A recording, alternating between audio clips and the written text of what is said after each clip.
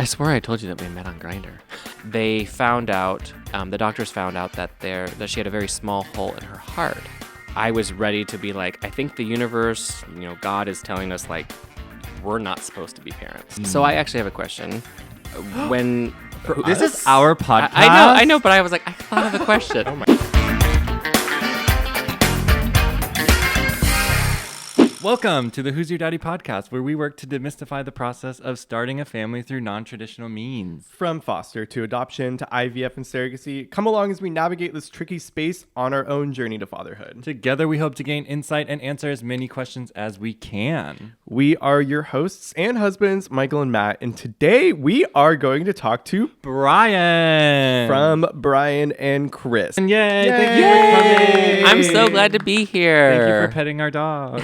Oh, she's so sweet. I am so happy to have you as our first in-person guest here at the house / makeshift studio.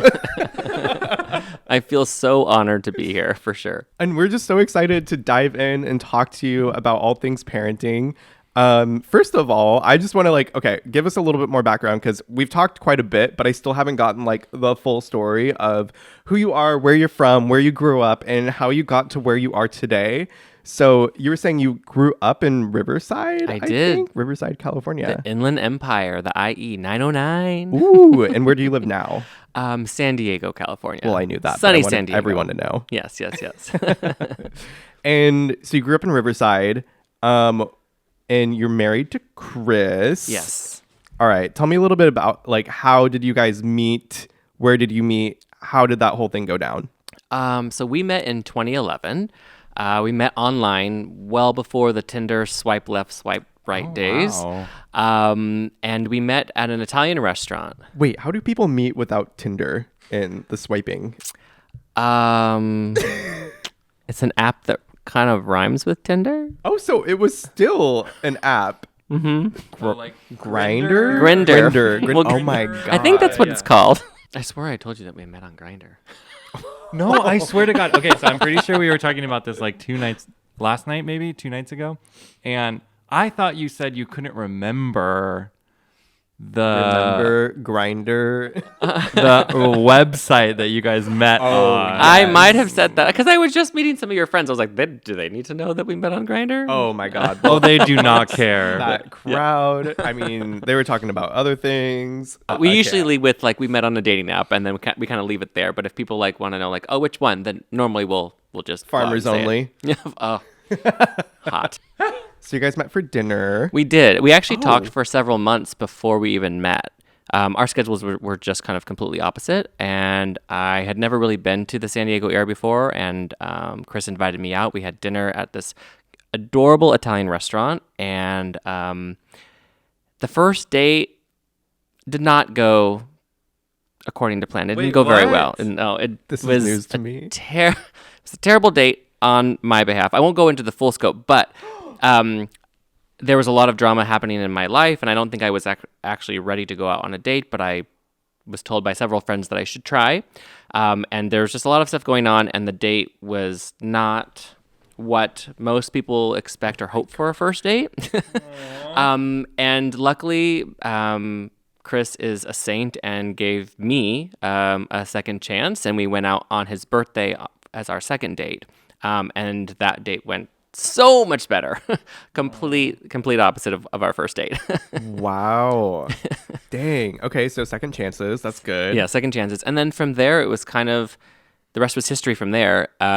He got to see the real me, and we got to know each other. You got married next week. We got married the week after, absolutely. No, we dated for 5 years, actually. We actually got married on the same day we met. So we kind of kept our anniversary date, which is October 9th, and used that same date when we got married so 5 years later. later. Libra couple. Libra Cancer, yeah. No, I mean your wedding your wedding and your anniversary is October 9th. When's Chris's birthday? October 17th. Oh, and mine's the 18th. Yeah, Like birthday twins. Yeah. So your surrogacy journey, you captured and shared everything through the whole process from beginning to end on TikTok and Instagram. How was that kind of like going through the process in such a public way? Well, can we do one thing right before that? When did the discussion of family come up? Let's like rewind a little bit before we start documenting it. Like, was it date 1, date 2 that we started talking about Definitely not date family? 1. I would say like about a year into the relationship, we had the conversation about like whether each of us wanted kids or not. I've always wanted kids since I was really young, just having that whole picture of, the house, the picket fence and the 2.5 kids and the dog. American dream. And so did Chris. But at the time, like both of us didn't really know what that would look like, because gay marriage wasn't allowed yet. And, all What this year kind is of this? Just roughly. 2011 is that's when we met. So maybe 2012, I think. Oh, okay. Because gay marriage was approved in California 2015, I want to say. And then like a few years later, it was the rest of the country, or I could be off. 2015 was the Supreme Court decision for the whole country. For the whole country. And then was it was like 2011, 2013 for California? Somewhere a few years before that. And actually, both of them happened on my birthday, on June 26th, which was really, really No cool. way. Oh, that's kind of wonderful. Yeah, I loved it. It was my great. God. Yeah, and that was before Chris and I got married. And so a year later, if it was 2015 for the Supreme Court for the entire country, we got married a year after that. And it was really, really neat. Wow.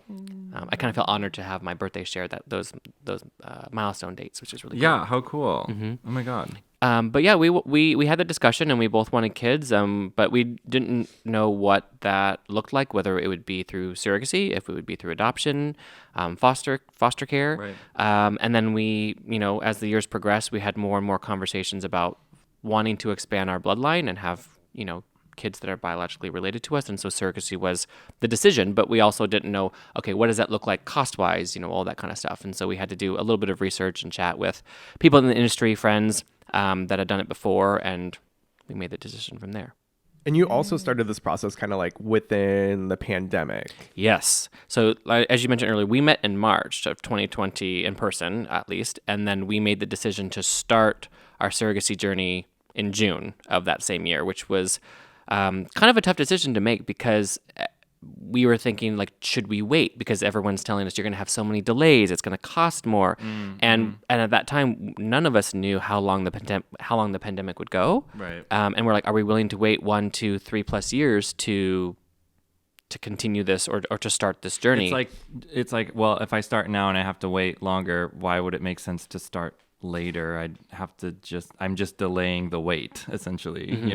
That's probably not the point that would make me say yes or no. It would be like, is it smart? Like, how long is this thing gonna last? Like, is it still gonna be a huge issue? Is it still gonna be really, really globally infectious? Like when our baby comes into the world, and that is stressful. So No, absolutely, because there were discussions of like, okay, say we matched really fast and we got the whole all the preliminary procedures done early, like would we even be able to be in the same hospital room as our surrogate? And to witness our children being born, that was a huge deciding factor. And even then, like there was everything, a lot of stuff was still up in the air. There was a lot of uncertainty, so that was a little nerve-wracking. But so back to your question of documenting everything. Sorry, I just wanted to get a little bit. Oh yes. Yeah. Yeah. So what was that process like? I mean, a lot of it was really new to us. So we were kind of I was kind of just, sharing as the weeks went on and tried my best to, document what we were going through, going to all the different appointments and going through meeting, matching with surrogates and interviewing surrogates, egg donors, meeting our IVF doctors, all the lawyers that were involved. Like a lot of it was, again, brand new for us because we had never done it before. So we were kind of just doing it off of, flying off the seat of our pants. But luckily, the way we were documenting it, I think people really gravitated towards it. And I tried to make it, I guess, as educational as possible, because even to this day, a lot of people don't really understand the process of surrogacy and how it all happens. So I feel like obviously we did something right. A lot of people have continued to follow our story even now after our beautiful angels are born. Yeah. But it was a learning experience, but I really loved being vulnerable and showing some of those emotional parts. Like I remember filming in the doctor after the embryos have been transferred and she was pregnant. We were her monitoring doctor. Sorry, we were at the monitoring doctor's office, and we were doing our fetal heartbeat checkup. It was the very first appointment to hear the fetal heartbeat, and I thought I had stopped recording my camera because I wanted that to kind of be an intimate moment for the first time, and I didn't hit the record button or didn't stop recording, and I was hugging Chris as we were hearing the heartbeat, and you can hear it in the background, and you can hear me like pretty much crying into the phone a little bit. And I wasn't sure if I wanted to share something like that, but at the same time, so many other people accepted that, and they really loved that they got to be a part of that really small, intimate moment, or actually not small, very big, intimate moment for us, that we heard heartbeats from both of our beautiful babes. So yeah. What was the feeling like when you first heard that? It's weird because you see the embryos on all the ultrasounds grow and grow and grow, and you sort of think that you understand it, and then the minute you hear that heartbeat, it all changes. It's like, it's always been a living thing, but having that heartbeat attached to it just made it that much more real. Yeah.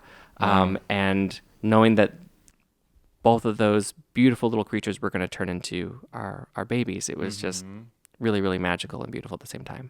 I'm glad that you have that moment, like, even if you didn't share it, that like you had it in your phone for you. Yeah. And then like choosing to share it obviously is totally your decision, and I'm glad that people resonated with it. That's so cool. I guess that is a big plus about wanting to share everything, is that like you said, whether we decide to share every piece of the journey or not, I have that documented in my phone via video or photos. A lot of people don't do that, and they just have that memory in their brain, and over time some of it might become a little faded, or they might not remember all the little details, and I'm so glad that we documented almost every aspect of the journey. It's like a digital scrapbook of memories. To look back 10 years from now and to show them, like, these are you guys. Look at your little heartbeat going on the ultrasound. It was beautiful. And they're going to be like, Dad, so embarrassing. Oh my God. You showed us, what we looked like back then. I'm like, yeah, of course. So when were the babes born? When were they born? When were they burped? When were they burped? Say when they first burped. When were they born? They were born on March 9th, 2022. Yes. So it was about like a year and a half after you started surrogacy. From the very beginning, it was to the time that they were born, Almost it was 21 months. 21 months. Yeah. That's like pretty, like right on par, I would say, right? Yeah, definitely. They say like 18 to 24 18 months. to 20, yeah, 18 to 24. It felt longer, I think, because we had a lot of setbacks and redos. I know we were talking about that the other day. What setbacks and redos? So of course. Our first set of setbacks was with our egg donor. We had matched with a gal that we saw her profile that our agency had set up with us. We had an interview, if you will, with her, and she was great. Kind of checked all the boxes, family health history. She's had successful transfers.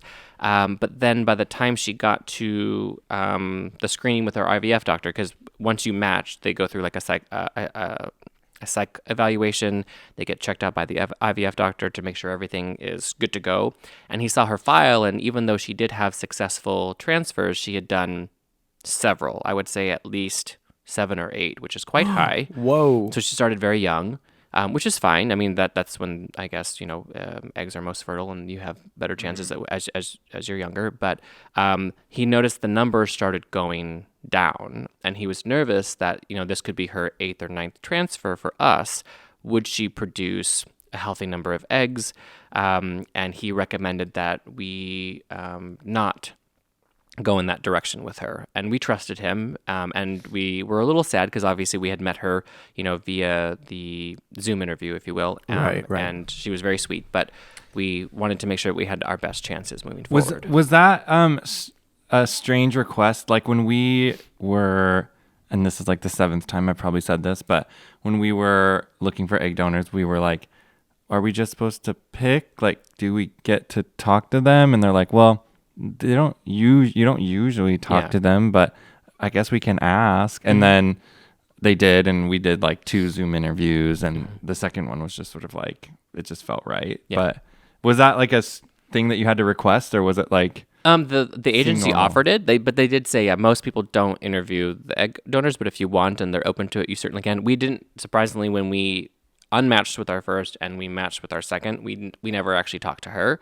I think we wanted to, because we were kind of like disappointed that the first one didn't work out, and Didn't we want to got become like super attached. I guess, Exactly. yeah. Yeah. And so we just looked at her profile, and obviously we asked for certain criteria. We wanted her, based off of the recommendation of our IVF doctor, under 25. We wanted her to be local, just to help with costs with travel and things like that, and preferably a lower number of transfers. And the gal that we matched with, she had only done it once before. And then after once we confirmed our second egg donor, we started the process of matching or interviewing and matching with a surrogate, Which I feel like is like one of the hardest parts. It is. I think like picking your egg donor was for us was just tricky because you're like, oh my God, this is like the mother portion of the genetics of our child. But we're in the surrogate like looking stage right now. And then like that person, it's like, oh my gosh, like where do they live? What do they eat? Like where, like what is their work life? Like how are they in a high stress job? Or I don't know. I feel like that there's just so many things to consider. Absolutely. Right. Yeah. I mean, and you really only get as much information as the agency provides you on their profile, and then obviously from the interview that you do via Zoom, and you hope that they're upfront and honest, and you ask all the questions that you want to ask, to make that decision to say, hey, will you carry and protect our little ones over the next 9 months? Yeah, huge decision. And we got really lucky in the beginning. We matched with our first surrogate right away. She just seemed so perfect on paper. 2 peas in a pod. Her and I, we got along really well. And through the process of after matching, the psych evaluation, getting checked out, they found out, the doctors found out that she had a very small hole in her heart. And oh my God, she didn't even know that she had that. She's like, what? Like that's weird. Like I didn't even know that. Like, are you sure that's accurate? They did a second screening, and they said, yeah, to confirm, like you do in fact have one. an And our echocardiogram kind of thing. Yeah. And it took several months to process and to get the results because it was over the holidays. And so, and obviously with COVID, there were a lot of delays and shortages with staff and whatnot. But our IVF doctor said, I will not implant your precious embryos into this woman. I am so sorry that you have grown attached to her, because the whole process that we met her to the time that we had to stop was about 5 months. Like we got to know her really, really well. Oh, wow. Because the process took a while. Like to get the psych evaluation took, say, a few weeks, and then to get in with the doctor and to get checked out. And then once they found the hole in her heart, that whole process took, I think, 2 months long. Because they had to do it twice. Yes. And it was kind of devastating because we were like, we felt in our hearts that she was going to be our surrogate, and to know that our IVF doctor said, I will not touch her.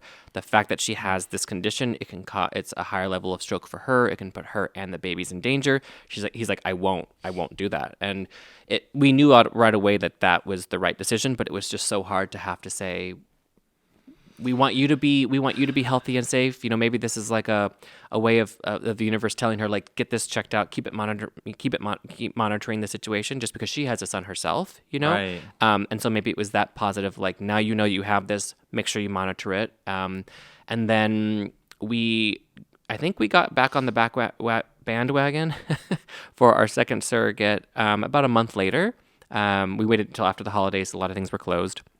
And we were kind of guarded because we had already, like, again, created that bond and relationship. You matched with an egg donor and you, like, created this beautiful connection, and then it didn't work out. And then you met a surrogate for 5 months and you were, like, so ready, and then it didn't work out. Yeah. I can, like, totally see why you were like, ugh, like, get your hopes up, and then it just, like, I feel completely comes down again. a little, defeated. You're like, ugh, how much time do I need to, like, just recover from the fact that, like, my dreams feel like they've been, like, squashed down a little bit. Super guarded. And so Chris and I, because I don't think I said this in the beginning, we really wanted to find a surrogate and match with a surrogate that wasn't just a business transaction. We wanted to find someone that we would bond with, create a friendship with, potentially have her remain in our lives post babies, just to, stay in touch and have her meet them and watch them grow up. So when we had to search for our second, a lot of that changed. I was really hurt from just what had happened, and I'm like, I don't know if I feel the same way. Maybe we do want something a little bit more separate and not as so close. And so we found our second surrogate. We interviewed her, and I remember right after we were done, and we signed off, I was like, she's fine. Like, I think she'll do. And it kind of was weird to say that rather than be like, she's the one for us. Like she lives somewhat locally. Some of the qualifications to be a surrogate too, you have to have had children of your own, successful pregnancies, no high risk, nothing like that, and still be raising your children. And she was doing that. And we went ahead with the green light, and we said, let's do it. And so again, psych evaluations, getting checked out with the IVF doctor, and all of that went great. And then right as she was receiving her first round of hormones to kind of get her body ready for the transfer, our surrogate emailed us and copied our IVF doctor and our surrogacy agency. And she said, I am so sorry. We can no longer proceed forward with their journey. I'm pregnant. No. No. Yeah. And that was something that we weren't expecting at all. Like, obviously with you'd think if you like signed up, well, things happen. Yeah. Things happen. I mean, and they're supposed to be very, very, very careful and follows a lot of guidelines. They're trained on like, all of this is super important. You must follow all these regimens. We don't know specifically exactly how she got pregnant. We think, changing over. Congratulations to her. Yeah, but exactly. Like timing. Yeah, the timing. I mean, she had even said that they didn't want more children. They were it was definitely not planned. So we were kind of thinking this is our own idea. She was on her current birth control. When you start the process to be a surrogate, you are given new birth control from the agency, from the IVF doctor, because everything is like a certain type that they use, all the hormones. And we think maybe she and her husband didn't wait that period of when you switch over from one birth control to another. If it's unprotected sex, it doesn't like change right there and there. I think it's like actually a few weeks, I think, to get it back on track. So we were thinking maybe that's what it was. But again, that was really devastating. And I think that's when I hit my bottom. I was ready to be like, I think the universe, God is telling us like, we're not supposed to be parents. And that really broke my heart because we wanted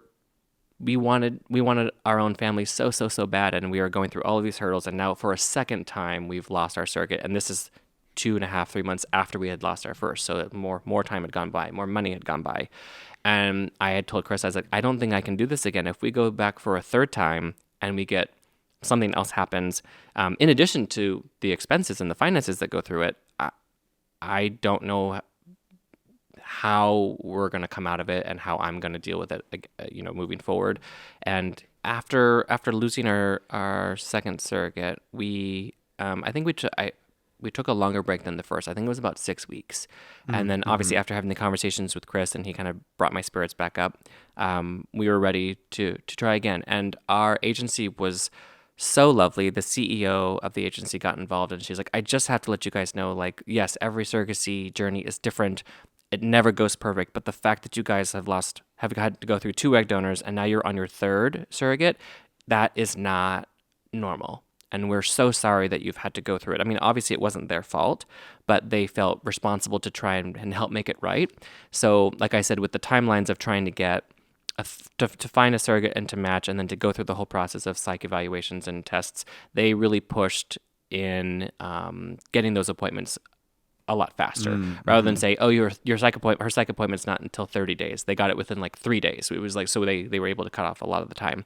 But they actually gave us the profile of our third surrogate, and I felt really good about it. Almost the same feelings, to almost at the same point where I had the same feelings with our first surrogate. I was like, this is weird. I don't really want these feelings again, but I'm feeling really, really positive and excited from her profile. She's a 4'11" Asian woman, and I won't say her name just for confidentiality, but she was so sweet. She has 2 boys of her own. They are loving husband. They live in the Los Angeles area, so not far from where we're at. Oh, wonderful. And she had done surrogacy once before, so she technically, at least from our agency's perspective, she was called a proven surrogate. which Oh, means a proven surrogate. A proven Okay. surrogate, which means that she's not a first timer. The first two that we had, those were first time surrogates. She had done it once before, so she's considered a proven surrogate, which means that she's been through the process. She knows all the ins and outs, the risks, all the right things that she's supposed to do, all the things that she's not supposed to do, which in turn it costs a little bit more, but you pay for that, I guess, security and that experience. And I knew the moment we got off the Zoom call with her, I was like, she's it. And normally we don't make a decision that fast. You're not supposed to make a decision that fast. You're supposed to think about it, sit on it, whatever. We immediately called the CEO and we're like, we want her. Like, if she's willing to continue to want to carry twins for a gay couple, which she specifically asked for. She's like, this is my last journey. I'm going to be 40 next year. I would love to carry babies for a gay couple or for a couple within the LGBTQ Was plus her community. age ever a concern for them? I wasn't sure.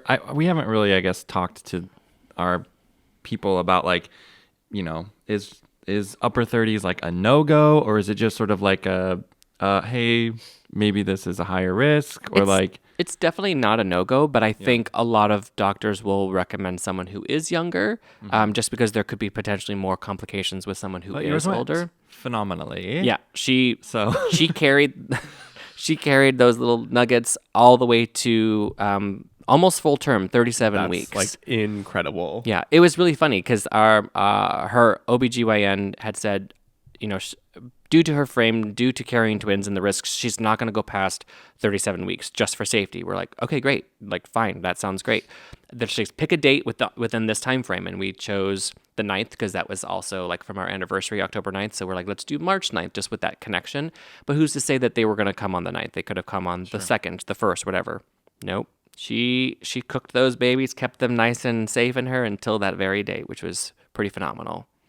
That's just amazing. And they were like 6+ pounds each. Yeah. Right? Brecken, our son's name is Brecken. Brecken was 7 pounds, 8 ounces, which is pretty large. Bigger than my for a twin. Bigger than like half of my siblings' singletons. Singletons could be are sometimes less than that. Yeah. I think I when I was born, I think I was just right at 8 pounds. So for my son to be 7 pounds, 8 ounces, to share a room with his sister in London was pretty remarkable. And a woman who is a frame of 4'11", which they technically say doesn't matter, but also I'm like, I think it kind of does. She was so petite, and I'm like an all belly, obviously by the time the babies were ready to come, and she was so adorable. My mom is probably that height.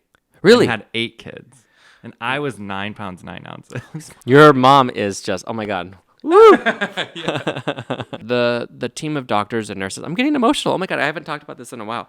The team of doctors at our hospital were just phenomenal, and they gave us all the different tips and tricks and pointers to new parents, to new dads, of changing a diaper. I had changed plenty of diapers with my niece and nephew, my sister's kids, back in the day, but Chris had never changed a diaper in his life. And she was like, get ready. You're going to be changing hundreds, if not thousands of diapers, through their lifetime. And they just were just so wonderful and were almost like a second set of like parents to us when we were there, like making sure that, when the way we were holding them skin to skin, obviously the diaper changes, feeding them, in the hospital, because the babes were there. We were there for 2 nights post delivery. That's it. Which was actually shorter than we expected. But And what was it like bringing them home? Like, what was that adjustment like for both of you, going from 0 kids to now having 2 newborns at the house? it was. It's weird. It obviously prior to kids, our home, was designed and decorated the way we wanted it to. It was definitely not kid friendly, so there was a lot of prep to make it that way prior to bringing them home. But once we brought them home, it just felt like everything just fit. Everything just fell into place, and it's like almost like the house was like that the whole time, even before we brought them home, which was so weird. It just felt so right, and we had. Decorated their nursery well in advance, and my dad had helped me with that too, which was really, really sweet. And it just felt so perfect. And obviously having 2 very small infants in your home, and your schedule and everything is turned upside down, but you you go with it. And it was definitely a learning experience, but it's What great. things changed with your schedule and like how did you handle it? You know, like going from basically 0 to 100 Yeah. all at once. The biggest change is sleep. You really don't get sleep when you have newborns in your home, especially with two. Are you on the wagon of like sleep when they sleep, or is that just like a silly phrase that people say and you're like, it's not possible? They have other things to do when they're sleeping. In our specific situation, we definitely really I mean, when they were super, super, super little, like infants, newborns, we were able to sleep on and off a little bit because their schedule is pretty much just eat and sleep. So you try to sleep when you can, especially in the middle of the night. But during the day, no. Like even though you are exhausted, that's the time to try and take care of other things as best you can. But sleep was our biggest hurdle because you're so used to having 7-8 hours of sleep usually, some or maybe less depending on your schedule, and to go from that routine, that norm, to having to feed your babies every 2.5 hours from the start of feeding them. So essentially, say you feed them at midnight, and you would think the feeding process would be pretty fast, and it's not. It's like from noon. I'm sorry, not noon. It would be from like midnight to like 12:45 because they drink so slowly. They don't drink super, super fast. And then once they're done, then you want to try and burp them. You change them. You wrap them back up in their swaddles. I'm you lay getting them overwhelmed down. listening to you. And by that point, it's Sorry. about 1:15 by that point potentially. So then you're like, okay, it's been an hour and 15 minutes. We have maybe another hour before we have to wake So how them much back sleep up. do you think you were like actually getting? Oh, in the beginning, because Chris and I both would wake up together to do it. Granted, if we only had one, I think we would have taken turns. Right. But with two, we both woke up in the beginning. Maybe a couple hours of A sleep. night? Because the feedings are so close to one another. It would be very, it was very God. difficult. Were you napping during the day at all, or was it just like Sometimes, but really not. I for think the most part running on 2 hours a night? That just seems like how long can you do that before your body gives out? in the beginning it actually seems pretty easy because you're just so excited. It's Running on adrenaline. and you have these new beautiful beings in your home, and all you want to do is just stare at them when they're sleeping, or you want to hold them while they're sleeping on you, or if they're in their bassinet or whatever you have. And that lasts maybe a couple months, and then after about 8 to 10 weeks, you're in that zone and mode of like, Like zombie land. you're exhausted. But luckily, as they get older, based off of the recommendations of your pediatrician, the feedings can be stretched out a little longer as they're getting older, as they're gaining weight. So that allows for a little bit more leeway in between. I'm really trying to remember because it seems so long ago, and obviously those first few months, it's just like a beautiful blur. Were there ever nights where just one of you like got up to try and feed both of them in the middle of the night? Because like Eventually, we got to that. So I think. how's that Let's see, if impossible? Chris was here, because his memory is like I think his memory is very much like your guys's. It's very like on point. You don't remember very many things when you don't get sleep. Yeah. Truly, No, you no, know, exactly. It's hard for your brain to build Yeah. memory. It's hard if you to don't it's hard get to any sleep. function, and every day is. I used to say to our family and friends, I was like, it's like Groundhog Day. It's the same thing every single day, and it's a repeat. There's not really a lot of different change. It's same regimen every day. But I think when they got to maybe 4 months, we were able to let them sleep a little longer. And then as they got older, we were eventually able to remove the middle of the night feeding. But that was like later. I want to say maybe 6 months at that point. But since Chris was working full-time, running his company, and I was the stay-at-home parent and the stay-at-home parent, we made an arrangement to where if he wanted to go to bed earlier, I would handle the feedings from like 8 to maybe like 1:30 in the morning, and then the next feeding when they would sleep longer would be like 3:30 and on. And he, with running his business, he's very stressed out a lot of the time, and he doesn't get that great of sleep anyway. So he's like, there's a 50-50 chance that I could be up at 3:30 even prior to baby. So he's like, I'll take that shift so you can sleep from like 3:30 to like 7 potentially before I go to work, and then you have them the rest of the day. So was sleep the most difficult adjustment to make, or what was like the biggest challenge for you and Chris?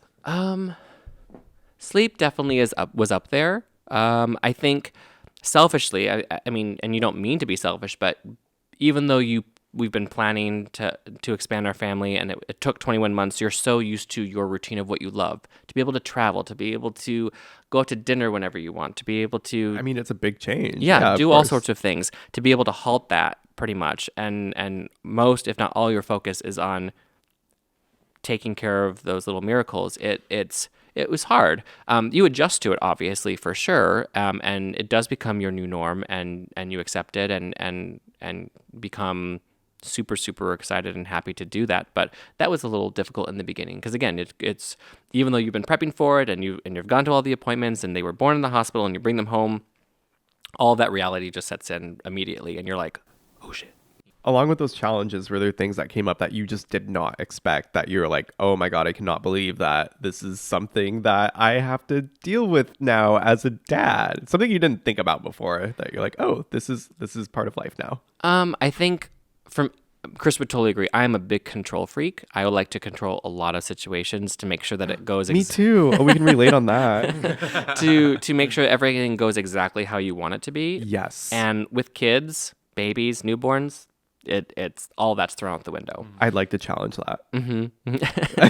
I think some stuff. I think some things I'm still able to control. Luckily, because the babes have adapted to it and actually have thrived on it. Like our routine.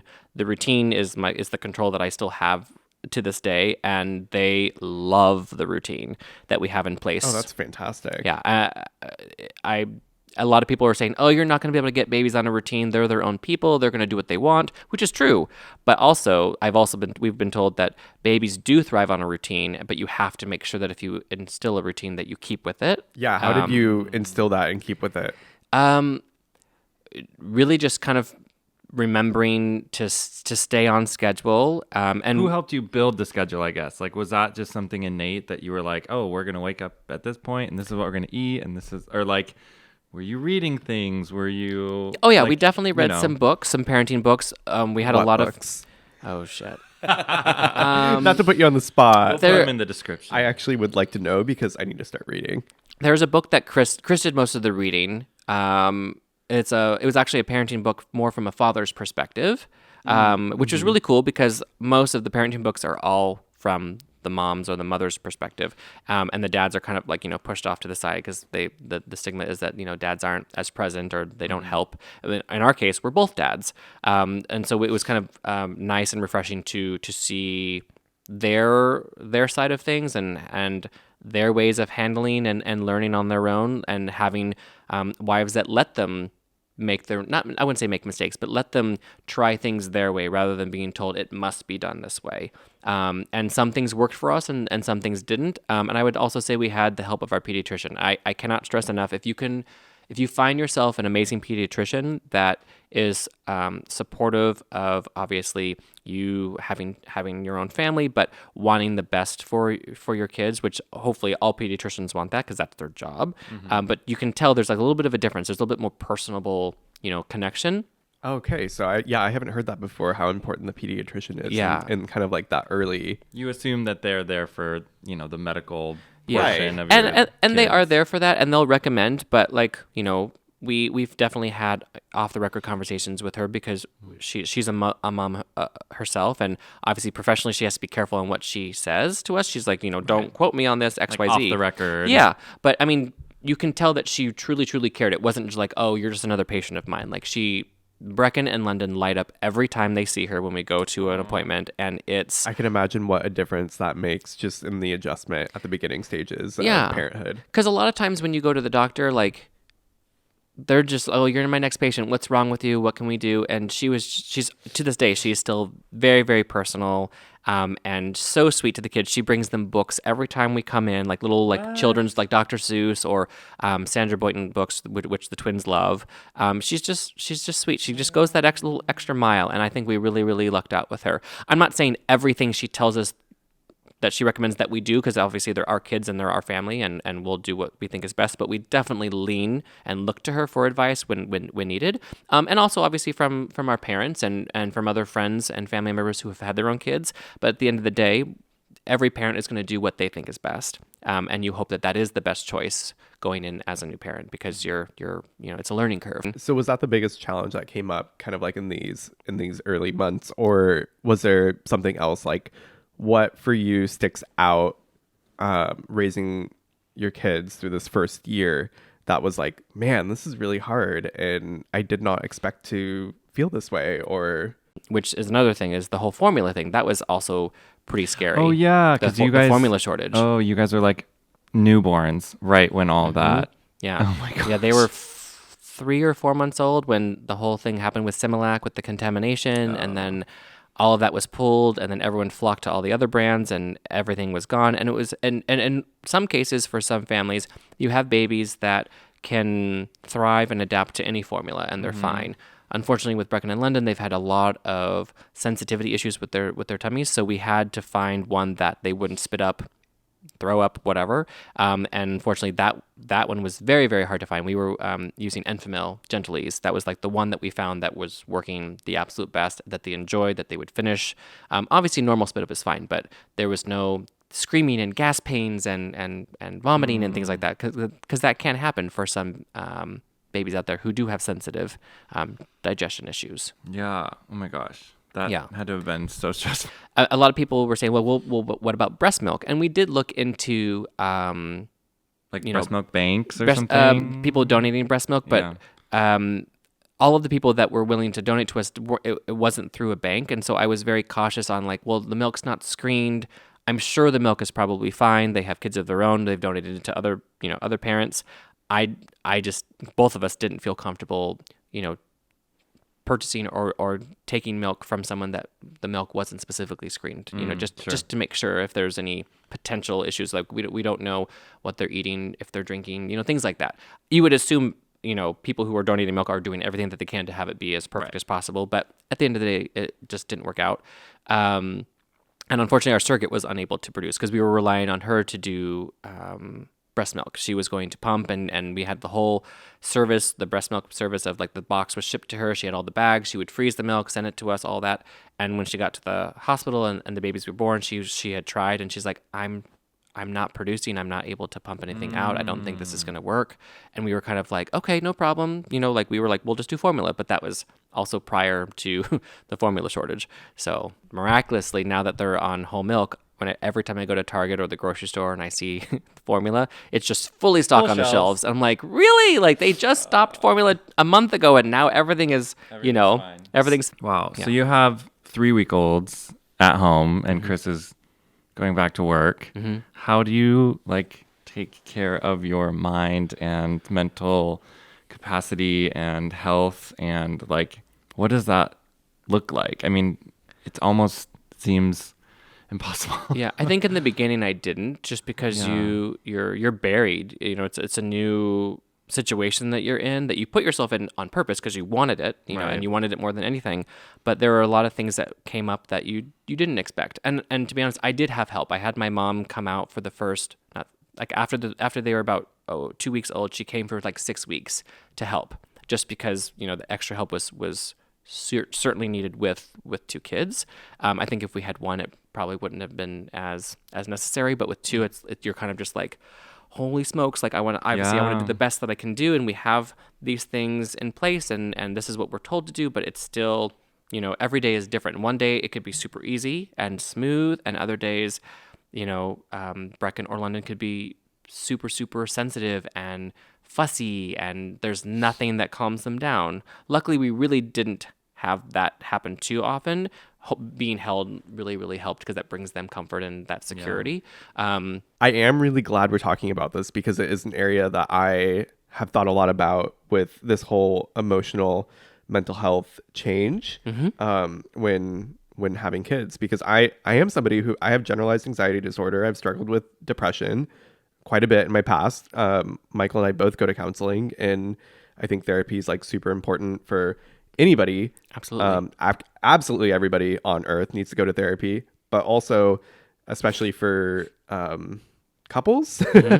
Couples therapy is great. And also for people who want to be, or who are parents, to be able to talk through things and have a sounding board and to get that additional support from somebody outside the house. So I'm just wondering, like, how did you process through this mental health journey? The thing that I was told the most by our therapist, friends, family is just give yourself some grace, and take it one day at a time. Even though all the days are blending together and you don't remember what you had for lunch 2 days ago because you probably didn't even have lunch because you're so busy with the babes, is really just to take it one day at a time, and just that you're a good parent, that you're doing the very best that you can, and that's okay. Like you don't have to follow certain guidelines or regimens to match what someone else is doing because you think that they're doing it better. Like it's your own journey. And just really, like I said, give yourself some grace and just you have to remind yourself, like, I am doing the best that I can. Doesn't mean that you don't need help. Doesn't mean that you shouldn't accept help by any means, but to not be so down on yourself. Like, and for me, like, being honest, like, I never really experienced anxiety. I had never really been depressed in my life. I've always just been happy. I don't know. I've just able to see the positivity. Yeah, I've just never really situations. had that. But then when they were a month plus, the strongest was, I think, from like maybe like a month and a half to that 3 to 4 month marker. That's when a lot of those feelings that I'd never experienced before come through, with anxiety, with depression, and I'm like, what the fuck is this? Like I've never, and I had talked to so many of our like mom friends and dad friends, and they said, no, like that's normal. Like, you're going through so many changes, even though that change is like the best thing in your life and you're so much in love with it, it still comes with so many things that you don't expect to experience. I'm not saying everyone goes through it, but for me, like, it was a big game changer. I think something important to just note that I keep hearing you say that we haven't really paid, I mean, we haven't acknowledged, but you kept telling people and talking about it with people about how you're feeling. Yes. And I think that is one of the biggest things with anybody who's feeling, or who is depressed or has anxiety, to talk about it with other people, because otherwise, I don't know, being alone in that is the worst place that you can be. Absolutely. A lot of times I just want to clam up and not tell anyone anything. But for you, when you're experiencing those things with that shame and guilt, did you feel like, should I be sharing this with other people? Should I be keeping this to myself? Am I just weak? Do I need to get through this? Like, what were you thinking? All of those things. My biggest fear, which obviously now looking back at it, like, who gives a crap? But what will people think when I share that I'm struggling today? When this is what we wanted. We chose to have children. You wanted this. Why are you complaining? Like, we got a lot of that. And granted, yes, there were so many people who came to our defense and were like, give them some grace. Like, they're new parents. Like, yeah, they wanted this, but it doesn't mean that it's everything is supposed to be hunky dory. Hunky dory. Kathy Hilton, love you. No, just that was a struggle. But then again, after more time went on, I just started, not paying attention to that negativity, because you can't. Your focus that you want is to be on them, even if you are struggling with mental health and with those issues. You can't listen to that outside trash and the trolls, because it's not going to do you any good. And luckily, like, Chris was, again, just that person that I could, when he came home, I could cry on his shoulder if I needed to while the babies were napping, or if he's like, you need several minutes. The babies are crying the minute he walks through the door. He's like, I got this. Go what you need to do. You take whatever time you need, and then come back down when you reset. I would say 9 times out of 10 that really helped. But at the same time, therapy definitely is something that I would recommend, especially if you do struggle with anxiety, depression, etc. Just because it's someone from the out. It's not within your circle. It's someone that is. It's not your husband or wife. It's not your parent, because sometimes that can come across as like they're telling you what to do, right. And this person's coming from a place that's like they're separate. They're out of that circle that you have, and their job is to obviously help guide, and to help. And just be a sounding board to help process thoughts, feelings, emotions. A listener. That's absolutely.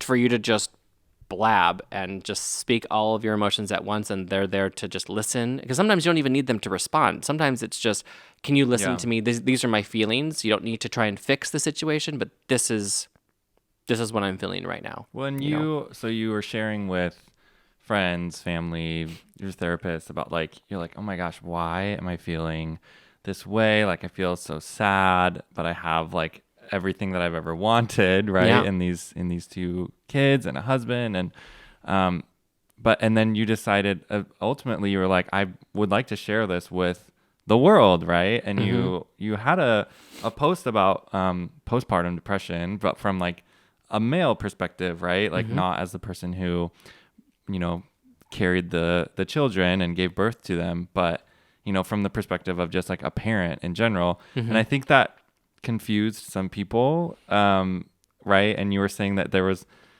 in the conversation that we had kind of before this, people were like, you don't deserve to have that, or that is not something that you have. But we looked it up, and that is something that completely happens in men. So not as common as it is in women, for sure. Yeah. But and I really didn't know that I was going to receive that type of backlash when I put that video out there. I was trying to be as honest and transparent and vulnerable to say, hey, like, bring light to something. Yeah, this is what I'm going through right now. And I even think I said something like, most people think that PPD is only, it can only, people that experience PPD it's only in women, and it's not the case.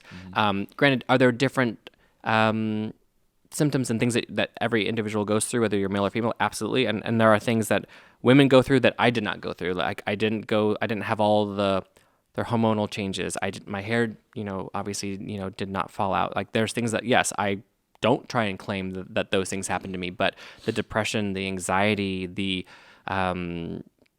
crying and the fatigue and the sleep depression, like all of that is still part of PPD. And I think it's just important to also, like, when you experience a disorder of some kind, or something that something like PPD, you can experience some of the symptoms, but you don't have to experience all of them. And everybody experiences some of these things in different ways. Like even with male-female heart attacks, the symptoms are very different. It can be from a female experiencing a heart attack to a male experiencing a heart attack. And it's important to just note that different people experience different things in different ways. So just because you're experiencing part of the symptoms, but you're not experiencing other parts of the symptoms, does not diminish the fact that you're still experiencing it, I think. Yeah. Well, and I think it's important to like recognize that you didn't just make up that men like experience this, right? So the Diagnostic and Statistical Manual of Mental Disorders defines depression with peripartum onset as a major depressive episode during pregnancy or within 4 weeks after parturition. The actual DSM diagnosis of depression doesn't always fit how men experience depression. For men, symptoms may include frustration, agitation, irritability, an increase in dopamine-boosting activities like drinking, drugs, or gambling, and isolation. And this is like well documented within like medical literature.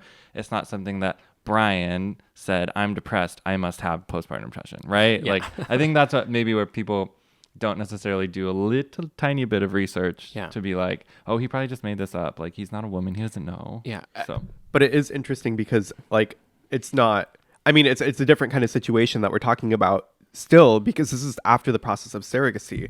It's not like the process of you being the husband to a wife who gave birth. So how is it still similar to experience postpartum depression in the sense of somebody who went through surrogacy and now has babies? Yeah. I mean, it's the same thing goes for parents who adopt newborns. I mean, there's from that video, I think we got, oh my God, like 4,000 comments on it from all different sides. And so many people were fighting the argument of saying, so you're saying because he didn't give birth specifically to his baby, you're saying parents, moms, dads that have adopted, straight couples who have gone through IVF and had to utilize surrogacy as well, who didn't physically give birth to their baby, that mom or that father can experience those same things. Right. And obviously when someone says that, they don't comment back.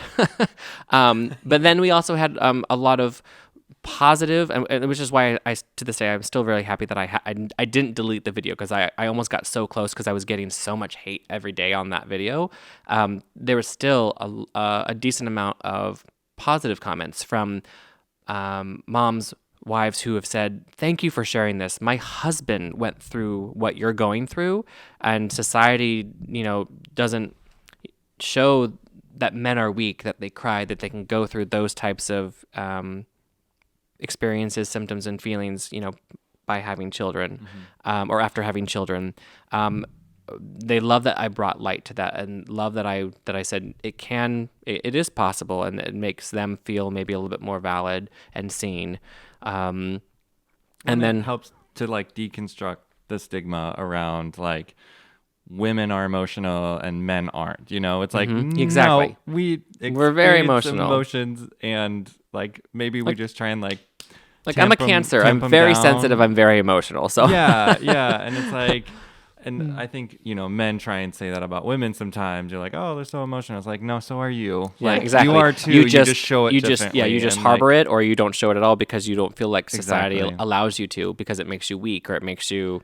Yeah, we're all humans. Like, we all have very similar, like, ways that things affect us. And we all have the same amount of, like, neurotransmitters that, like, fire out of our brain. Like, our brains are all built very similarly, so... And I think it's just very understandable to develop anxiety or depression post-birth because of all those changes that occur. Like that's, I think, what I go back in my mind thinking about, like, oh my God, that's such a big challenge. It could be the hardest thing that you've ever done in your life, like going from an independent adult to raising two kids at the same time. And not saying that is exactly how life is all the time after that point, but just making that adjustment in the initial period. And I just looked up some symptoms of sleep deprivation, because I think that could be a big part of it. When you take sleep away from somebody, For sure. you're at a much higher risk of emotional instability and developing depression or anxiety. So symptoms of sleep deprivation include slowed thinking, reduced attention span, worsened memory. We talked about that. My memory's and terrible. Poor or risky decision making, and lack of energy, mood changes, emotional instability, irritability, anxiety, stress, depression. Like it's all there. I don't know. There's a clear connection in it. So just being cognizant of that, moving into where we're going to future parenthood, hopefully, fingers crossed, everything works out, that we need to kind of do the homework and prepare ourselves. Yeah, and you can prepare all you want, but because again, it's not happening. Because again, control freak. And Chris obviously is very organized, and so we wanted to get as much done and prepare as much as we could prior. An amazing job. I mean, like, you had so many things of like, okay, we're getting this ready, and this is our nursery, and we have all these things kind of like set up, and I was like, oh my God, they're like on the ball. Like, yeah, y'all seem like you have it put together. I mean, I'm taking notes. I don't mean to like toot my own horn, but I do feel like the things toot. I think the things that Chris and I did complete and take care of prior to them arriving did indeed help, for sure. I'm not saying that, but once they're here, all of that preparation could go out the window, because your child is its own individual being, and even though they're twins, or if you have a singleton, they're gonna let you know what makes them happy, what all of their quirks and everything, and you just have to kind of roll with it. And but that's also what's beautiful about it, because at the same time you're learning from them, and you're changing from being a husband, person with no kids, to then becoming a father. And it just, like, people say the whole, like, you don't know love until you have love for a child. Like, I didn't, no one really knows what that means until you have it. And obviously, yes, there is that different love, but it changes you in a good way. Things that used to be really important to Chris and I are not so important anymore. Like, I obviously like to keep the house as tidy as possible, but there are some days where it's just like, that can just stay, and that can be handled this weekend. I don't have the energy, I don't have the time, I don't care, because my time is now with them. So you're telling us that even with all of the difficulties of making this adjustment, it's still worth it? Absolutely. Were you doubting it? No, but I just wanted to hear. Absolutely. It will be the biggest life-changing experience you'll have. Obviously, up until, you starting your journey, you getting married was probably your biggest, most exciting, life-changing experience. Yeah, it's all right. Yeah, so I'm kidding. but then if and when a couple decides that they want to have a family, that is a big, if not, like I said, the biggest life-changing experience. But I will say, along with like mental health and balancing life, you also can't forget about your husband, your wife, your spouse. Like, yes, your kids are probably the number one thing, most important thing in your life. However, your relationship with your spouse is just as important, because you want to make sure that the two of you are communicating and that you're on the same page and that you support one another and that both of you still feel connected and loved, to be able to provide that positive relationship to your kids and to be able to show them what love, what a family, looks like. And a lot of people like always say like, oh no, like my husband and I, like we haven't gone on a date for months. We haven't had sex in over a year because it's just not a priority. And every couple is different. And in the beginning, absolutely, a lot of that stuff just goes out the window because you're just so bombarded with everything going on with bringing home your newborns. But at the end of the day, at least in our opinion, in order to have a successful marriage and to be the best family that you can be, you need to make sure that you also take care of not only yourself, but that you also take the time to spend quality time with your person, because they were there with you from the beginning, and you need to make sure that you still have that partnership and level of understanding. Okay, so I know that we have talked a lot about the mental health and just like kind of getting through it when babies come, and how do you change as a person, and how do you really like take that in stride, and also just paying attention to, hello, it's a great thing, it's a life-changing thing, and it's good, like overall it's good. It's not like you're not coming here being like, having babies is horrible. It's like, this has been amazing, and it's changed your life forever. Even on the hardest day, you look at them and you're like, I wouldn't change this for anything. I wouldn't. And there were several hard days where you're just like so defeated and so like I don't know if I can continue doing this the way we're doing it. And then you just see them and it just doesn't all go away, but it just gives you that reassurance of like they're looking at you even though they're sleeping, and they have a little grin, and you're like, Daddy, you're doing something right. You're doing good. We're here. That's reassuring. Yeah. I love that. Yeah. So wrapping up, what tips and tricks would you give other prospective parents or new parents, or prospective parents sitting on this couch like us? For us, I can't stress enough, the routine for Brecken and London and for Chris and I like has been game changer for us. Obviously, in the very beginning stages, you're still kind of working out all the kinks and what works and what doesn't work. But once you find out what does work, stick to it. We've been very fortunate and very blessed to have two babies that sleep very well. And I know every baby is different. I see people commenting on our videos and they're like, how do you make them go down for a nap and they just fall asleep and they don't scream for hours on end? Or how do you make them sleep 2.5 hours? Mine only sleeps 30 minutes. Like, again, every situation is different, but we did speak with a sleep train expert to help us with our routine. We actually did a partnership with 4Moms, and they introduced us to a sleep train expert. She was wonderful. And just kind of keeping on what is it? The myths of like never wake a sleeping baby. For twins, I feel like it's different, because if you have a single, if they're sleeping longer, the baby will wake up when they're hungry. They're not going to like sleep and not not want to get fed. But with twins, if you with the feeding schedule, if only one wakes up and you wake that one up to feed, and then you put that one down and say the next one wakes up 45 minutes later, you're always going to be doing something, and you're never going to have, even if you don't sleep, you're never going to have just that time to just reset and rest and maybe sleep if you can. So we were always very, very adamant about like, you know what, their next feeding is at 10.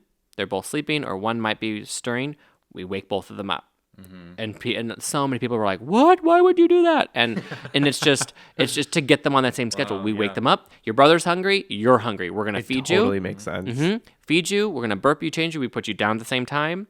And we just did that every single day based on the amount of time that we had to wait in between feedings, and it was a game changer. We did the cry it out method, which I know is a very sensitive topic. Some people are like, "How could you let your baby scream?" I'm like, for however long you let them. You're like, they're always screaming. They're always screaming. And people think like you let your baby scream for hours on end. No. There are different levels. Scream? The longest I think we ever let the Brecken or London, I want to say when they were younger, Brecken was more sensitive and more fussy. I think Brecken screamed, yelled, cried, maybe 30, 35 minutes. Which It in the grand scheme of things, it doesn't seem that before. Yeah, it doesn't seem that long, but it is like the longest. Matthew 30 does that every night. Oh, stop. I've heard every single night he cries himself to sleep. No. Oh my god. This is so unfair. He's like, "Good night, everybody. I have to go cry." I'm feeling attacked. No. I don't know why people ask if I have any parenting history. I'm like, do you not see this baby right here that I am the OG raising? So yes, make sure to follow Bryan and Chris on Instagram, and it's Bryan and Chris on TikTok for all the parenting tips and tricks. And as always, if you want to see what we're up to on the day-to-day, make sure to follow us on TikTok and Instagram.